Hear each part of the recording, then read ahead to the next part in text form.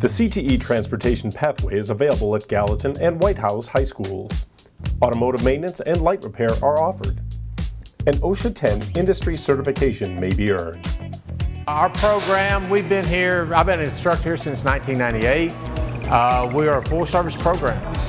The kids spend roughly about 80% of the time in the shop, about 20% of the time in the classroom getting the basic theory. The kids lack a lot of exposure today, so for the most part, yeah, when we get kids today, they have very little knowledge of an automobile and what makes it tick and what makes it work. In level one, we look a bit like basic automotive upkeep and repair. The kids learn how to change oil, rotate and balance tires, how to do a brake job, how to maintain the cooling system, maintain the car, those types of things. Things they need to know every day how to drive a vehicle. My job is pretty much just, get them interested in automotive, and then, we'll start at the basics. We start off with safety, and get them comfortable with operating in a shop comfortably, and then we'll move up to just taking a bolt out, or what's a wrench, or what's a screwdriver. So we really start out at the bare minimum, and then I get a lot of students that take it again, and they move up MLR 2, 3, 4. When they hit level 2, they learn more about the electronic end of it. They learn what circuits are, relays, how to use a scan tool, how to read wiring diagrams, which most kids don't like doing because it's something you can't see, you can't touch.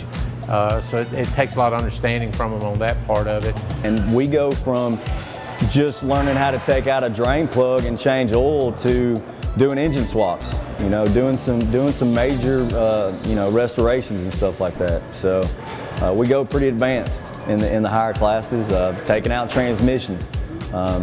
So I mean, you name it, we pretty much put our hands on it in the last couple of years. So hopefully in the fall we're going to start offering an electric vehicle program. I received an ESSER 3 grant to purchase trainers and a training vehicle for us to offer electric vehicle program. But I would definitely try auto because it's something different than any class you've ever been in. It's something different. A lot of hands-on learning, nice people. You learn to work as a team. You learn to work with other people because that's what it's going to be like in the real world. You get a lot of real-world experience here, and so that's one of the things I really enjoyed about auto. I mean, like, if you even take a general interest, it's good to know a general thing. Like your second year, you can learn stuff like brakes and how to change tires and all that stuff, and that's something I think everybody should learn to do. After about second or third year is really when it started.